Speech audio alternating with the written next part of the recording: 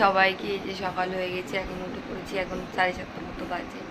আনি সেই যে ঘুমাচ্ছে এখনও, আনিস ওখানে ঘুমোচ্ছে, আর আমি উঠে পড়েছি আজকে একটু তাড়াতাড়ি।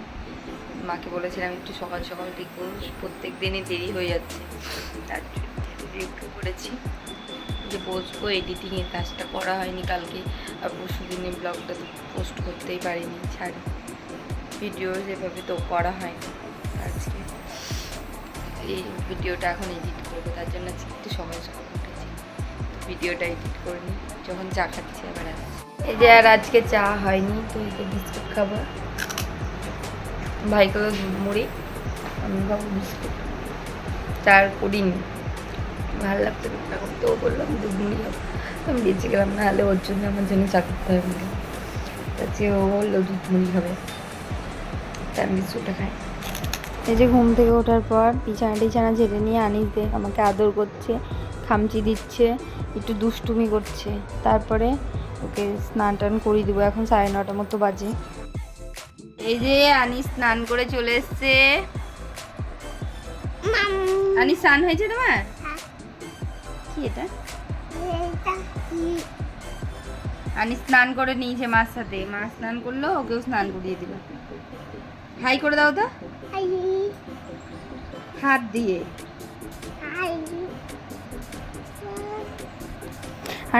আনিসকে স্নান করে দিয়ে মা চলে গেছিলো, তো আমি হচ্ছে জামা কাপড়গুলো কেচে নিয়ে স্নান করে নিলাম। পরে মা চলে যাওয়ার পরে আমি সব আরও অনেক জামা কাপড় ছিল, সেগুলো কেচে কুচে নিয়ে যে স্নান করলাম, আর জামা কাপড়গুলো তুলে তুলে নিচ্ছি।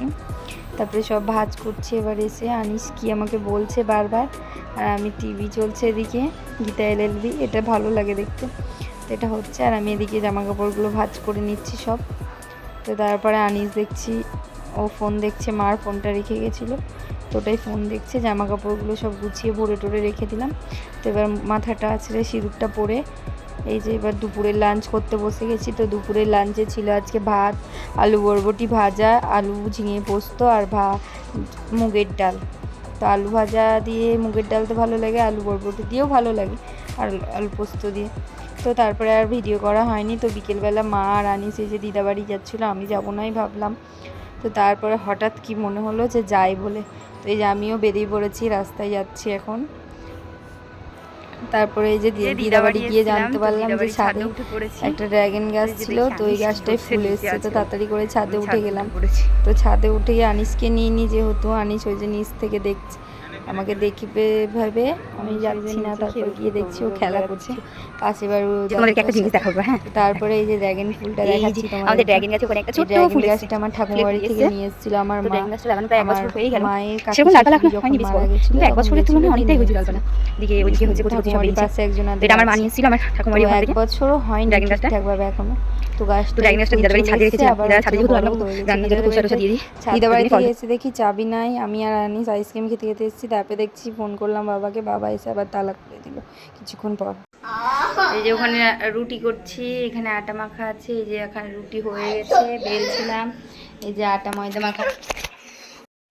রুটি ভাজতে ভাজতে ঘেমে স্নান হয়েছে, ঘেমে স্নান দেখে মনে হচ্ছে যে ঘরে আছে, আমি দেখে পুরো স্নান মনে হচ্ছে। এই যে রুটি টুটি করে এসে বসলাম, আর এই যে চিনি দিয়ে পরোটা করেছি দুটো, এটা এখন খাবো।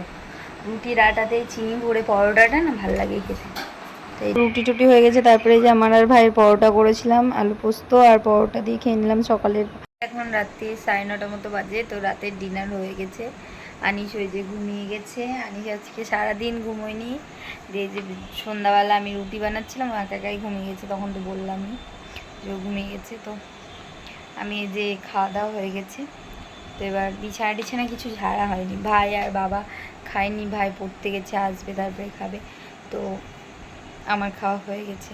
তো আজকের মতো ব্লগটা এখানেই শেষ করছি, আশা করছি সবার ভালো লাগবে। যদি ভালো লেগে থাকে তাহলে লাইক কমেন্ট শেয়ার করো, আর ফেসবুক থেকে যারা দেখছো তারা ফলো করো, ইউটিউব থেকে যারা দেখছো তারা সাবস্ক্রাইব করে দিও প্লিজ। বাই, গুড নাইট সবাইকে।